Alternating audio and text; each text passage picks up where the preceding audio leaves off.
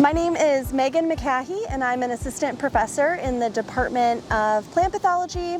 And the first project I'm going to talk about is our work on developing resistance management guidelines and evaluating quantitative resistance to Phytophthora sojae. So Phytophthora sojae is an important yield limiting disease here in Minnesota. It causes seedling damping off in addition to stem and root rot. And the most effective way of managing Phytophthora sojae is the use of resistance genes. And these single genes provide really strong, effective resistance. However, with the wide deployment of these resistance genes, the pathogen in turn is changing and adapting to overcome these resistance genes. So this project involved collecting soils from counties throughout Minnesota with a focus on counties that are known to have high soybean production.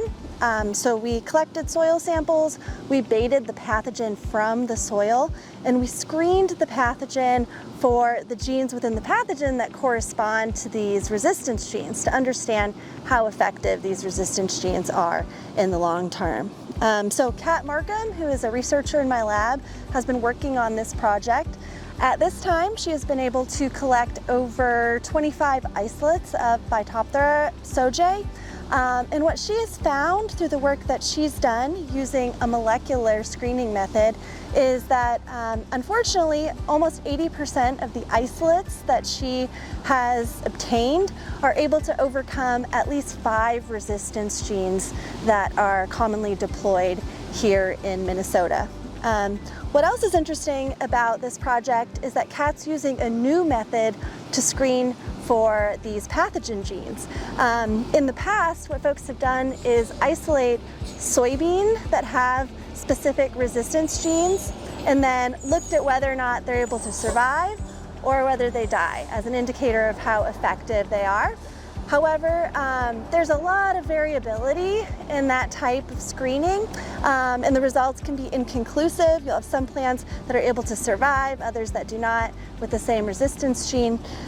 So what Kat's doing is using a molecular method that can look at the specific genes present within the pathogen using a strategy called PCR. So this has been really effective, and we're excited to be able to share results with the growers. While I shared the unfortunate news that a lot of resistance genes may be overcome by the current populations of Phytophthora sojae here in Minnesota, RPS